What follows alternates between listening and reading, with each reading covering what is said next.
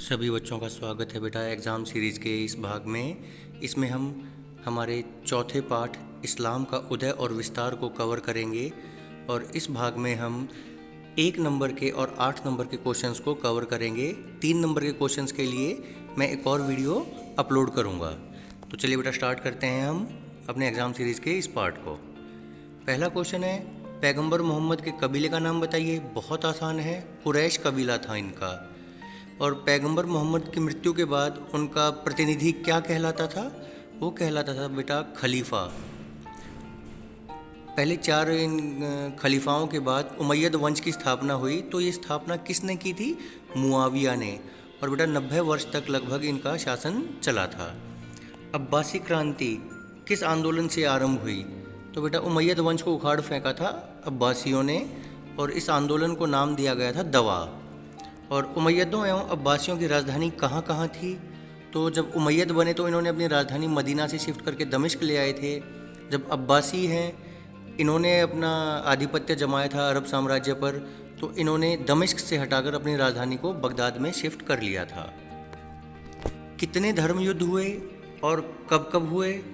तो बेटा ये धर्म युद्ध टोटल मिला के हुए थे 3। 1098-99 में पहला, दूसरा 145 से 1149 तक और तीसरा हुआ था 1189 ईस्वी में। तीनों की बेटा डेट याद कर लेना, बहुत इंपॉर्टेंट है ये। कागज़ का आविष्कार कहाँ हुआ? चीन में, आधुनिक चाइना में। शरिया या शरीयत किसे कहते हैं? तो ये होता है बेटा बाकी इंसानों के साथ मुसलमानों के संबंध को नियंत्रित करने के लिए कानून को शरिया कहते हैं कि भाई ये एक तरीके से इस्लामी कानून होता है। और इसका शाब्दिक अर्थ है सीधा रास्ता, कि भाई जिस रास्ते पे हमको चलना चाहिए। एक इसमें आ जाता है, किसी मुस्लिम महिला सूफी संत का नाम बताइए।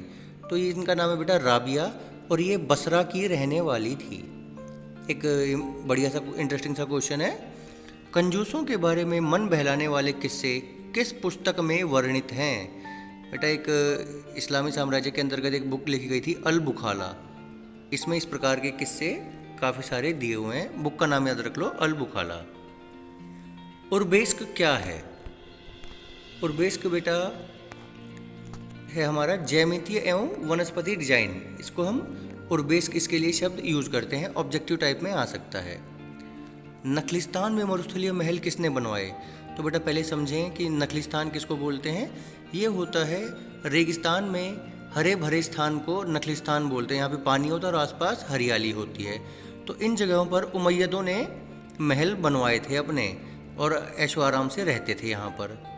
13वां क्वेश्चन है, हदीथ अथवा हदीस क्या है? ये बेटा पैगंबर मोहम्मद के जीवन के जीवनी मान लो इस चीज़ को, कि उन्होंने अपने जीवन में क्या कथन, क्या बोला उन्होंने और क्या क्या कृत्य यानी क्या क्या उन्होंने कार्य किए, इन सब के कलेक्शन को ही हदीस कहा गया। हदीस एक बुक है या हदीथ। पैगंबर मोहम्मद के जीवन की प्रमुख घटनाएं वर्ष सहित बताएंगे। पहले बेटा 570 में मक्का में उनका जन्म हुआ। 612 ईस्वी में स्वयं को खुदा का संदेशवाहक घोषित किया। 622 ईस्वी में मक्का से मदीना की यात्रा की, जिसे हिजरा बोलते हैं, इसको हम पढ़ेंगे आगे। और 632 ईस्वी में उनका देहावसान हो गया। 15वां क्वेश्चन हमारा, पुण्य देश या होली लैंड किसे कहा गया? ये कहा गया बेटा जेरूशलम को। और इसी पर कब्जा करने के लिए 3 धर्मयुद्ध भी हुए। नेक्स्ट है हमारा, उल्मा किसे कहते हैं? उल्मा कहते हैं मुस्लिम धार्मिक विद्वानों को। शाहनामा एक बुक लिखी गई थी, इसके रचयिता थे फिरदौसी। काफ़ी लगभग 50,000 के आसपास इसमें छंद से हैं। धिम्मिस से आप क्या समझते हैं? तो बेटा धिम्मिस अरब साम्राज्य में जो इस्लाम साम्राज्य था, इसमें रहने वाले यहूदी और ईसाई लोगों का संरक्षण का जिम्मा भी इस्लाम के ऊपर ही था। तो इन यहूदी और ईसाई लोगों को कहा गया था धिम्मिस। एक छोटा सा 1 नंबर का क्वेश्चन आ सकता है, इससे आप क्या समझते हैं, या ऑब्जेक्टिव टाइप भी आ सकता है 4 चॉइसेस के साथ। उम्मा क्या था या उम्मा क्या थी? तो यह मुस्लिम समुदाय के आस्तिक लोगों के समूह को उम्मा कहा गया था। ये बेटा छोटे छोटे हमारे काफ़ी सारे क्वेश्चंस कवर हो गए। अब हम लॉन्ग क्वेश्चंस को देखते हैं, 8 नंबर वाले। मध्यकालीन इस्लामी जगत में शहरीकरण की मुख्य विशेषताओं का वर्णन कीजिए। अब देखो बेटा, इस्लामी जगत में शहरों में वृद्धि होने लगी क्योंकि व्यापार बढ़ने लग गया था। इस्लामी सभ्यता फलने फूलने लग गई थी क्योंकि इसका प्रचार प्रसार बहुत तेज़ी से हुआ था। पैगंबर मोहम्मद की मृत्यु के 10 वर्षों बाद ही इसका बहुत ज़्यादा विस्तार हो गया था। तीसरा है, इसका जो मुख्य उद्देश्य थे अरब सैनिक, जिनको हम झुंड बोलते थे, उनको बसाना। और बेटा उसके लिए कुछ शहर थे, जैसे कुफा, बसरा, फुस्तात, काहिरा, बगदाद और समरकंद, ये फौजी शहर थे। क्वेश्चन ये भी आ सकता है इनमें से कौन सा एक फौजी शहर है, तो इनको याद रख लें। शहरों के विकास एवं विस्तार के लिए खाद्यान्न उत्पादन व उद्योगों को बढ़ावा दिया गया। अब भाई शहर कब बढ़ेगा? जब उद्योग बढ़िया होंगे, कृषि के लिए का सरप्लस उत्पादन, श्रम अधिशेष उत्पादन होगा, तब बढ़ेंगे। और हर शहर की 2 मुख्य भवन होते थे, एक तो सांस्कृतिक केंद्र जो मस्जिद होता था, दूसरा आर्थिक केंद्र जो मंडी होता था। केंद्रीय मंडी में दुकानों की कतारें होती थी, व्यापारियों के आवास जिन्हें फंदुक बोलते थे, सर्राफ का कार्यालय, प्रशासकों और विद्वानों एवं व्यापारियों के घर इसमें होते थे मंडी वाले इलाके में। मंडी की प्रत्येक इकाई की अपनी मस्जिद, गिरजाघर अथवा सिनेगॉग होता था। मस्जिद का तो पता ही है, गिरजाघर जहाँ पे ईसाई पूजा करते हैं और सिनेगॉग जहाँ पे यहूदी पूजा करते हैं, तो हर जगह पर ये होता था।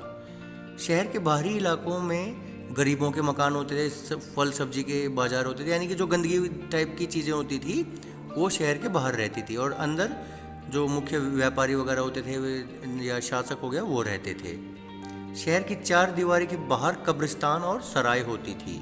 कब्रिस्तान तुम्हें मालूम है, सराय धर्मशाला को कहते हैं बेटा, कि रात को गेट तो बंद हो जाते थे शहर के, तो अगर उसके बाद कोई यात्री आता है तो उसके ठहरने के लिए सराय में प्रबंध होता था। शहर के नक्शों में समानता का अभाव था। ऐसा नहीं था जैसे हड़प्पा मोहनजोदड़ो में एक जैसे नक्शे मिले थे, यहाँ पर ऐसा नहीं था। अगला है, जीते गए सभी प्रांतों में खलीफा ने नया प्रशासनिक ढांचा लागू किया। यह नया प्रशासनिक ढांचा किस प्रकार का था, वर्णन करें। देखो बेटा, जब ये उमैयद थे, इन्होंने जीत लिया जब आसपास के क्षेत्र को, तो इन्होंने एक नया प्रशासनिक ढांचा इन्होंने घोषित किया। और वो किस प्रकार का था अब्बासियों ने या उमैयदों ने, वो हम एक बार देख लेते हैं। खलीफाओं ने नया प्रशासनिक ढांचा लागू किया। अध्यक्ष गवर्नर यानी अमीर और कबीलों का मुखिया होता था अशरफ। केंद्रीय राजकोष, जिसे बैत अल माल कहते थे, में मुसलमानों द्वारा दिया जाने वाला टैक्स और धावों से मिली लूट का हिस्सा होता था। खलीफा के सैनिक अधिकतर बेदुइन होते थे। बेदुइन होते बेटा खाना बदोशों के लिए ये शब्द इस्तेमाल किया गया था। सैनिक रेगिस्तान के किनारे बसे शहरों में शिविरों में रहते थे ताकि इनको अपना एटमॉस्फेयर मिलता रहे। गैर मुस्लिमों द्वारा खराज और जजिया कर अदा करना पड़ता था। ये एक तरीके से प्रोटेक्शन टैक्स होता था। यहूदी और ईसाई संरक्षित घोषित किए गए थे, जिन्हें धिम्मिस कहा गया था, ये हमने भी पढ़ाई था। और सामुदायिक कार्यों को करने में भी काफ़ी स्वायत्तता थी कि भाई आप अपने लोकल काम कर सकते हैं अपने हिसाब से। लास्ट हमारा है बेटा उमैयद राज्य। अब एक साम्राज्य शक्ति बन चुका था। अब वह सीधे इस्लाम पर आधारित नहीं था। पहले 4 खलीफाओं की मृत्यु के बाद उमैयद वंश की स्थापना हुई थी बेटा। तो और ये वंश चला था लगभग 90 वर्ष तक। और इस वंश की खासियत क्या थी कि ये भाई टोटल इस्लाम पर आधारित वंश नहीं था। तो यही हमें बताना है कि भाई कैसे नहीं था ये इस्लाम पर आधारित। पहले तो इन्होंने मदीना से राजधानी चेंज करके दमिश्क को अपनी राजधानी बना लिया। उसके बाद क्या किया, बाइजेंटाइन साम्राज्य जो था, पूर्वी रोमन साम्राज्य, उनकी रस्मों और प्रशासनिक संस्थाओं को अपनाया। और जबकि ये ईसाई लोग थे जिनकी संस्थाओं को इन्होंने अपनाया। तीसरा है वंशगत उत्तराधिकार की परंपरा प्रारंभ हुई। पहला इनका खलीफा मुआविया था उमैयद वंश का, उसके बाद उसका बेटा खलीफा बना, फिर उसका बेटा, इस प्रकार से वंश प्रथा चलती रही। अंतिम था इनका मारवान। शासन कला में ये निपुण थे कि राजकाज कैसे चलाना है। प्रशासन में इन्होंने बेटा अलग अलग धर्म के लोगों को इकट्ठा किया, जैसे ईसाई थे, जरतुश्त थे, ये सारे अलग अलग धर्मों के लोग भी इन्होंने इकट्ठे किए थे। ऐसा नहीं था कि केवल इस्लाम के लोगों को ही इन्होंने इकट्ठा किया। अरबी सामाजिक पहचान बनाए रखना, और इन्होंने अरबी को प्रशासन की भाषा बनाया था अरब के विस्तार के लिए, इस्लाम के विस्तार के लिए। और इन्होंने इस्लामी सिक्के जारी किए। जो पहले रोमन और ईरानी सिक्के थे उनमें ही इन्होंने बैक साइड में अरबी भाषा में कुछ लिखवा दिया, और इन्होंने उन सिक्कों को इस्लामी सिक्कों के रूप में परिवर्तित करा दिया। ये लिखा हुआ है, सलीब और अग्निवेदी के चिन्ह पर बने सोने के दिनार और चांदी के दिरहम सिक्के बंद कर दिए थे इन्होंने, जिसमें सलीब और अग्निवेदी वगैरह बनी थी, क्योंकि वो इस्लाम के विरुद्ध थी।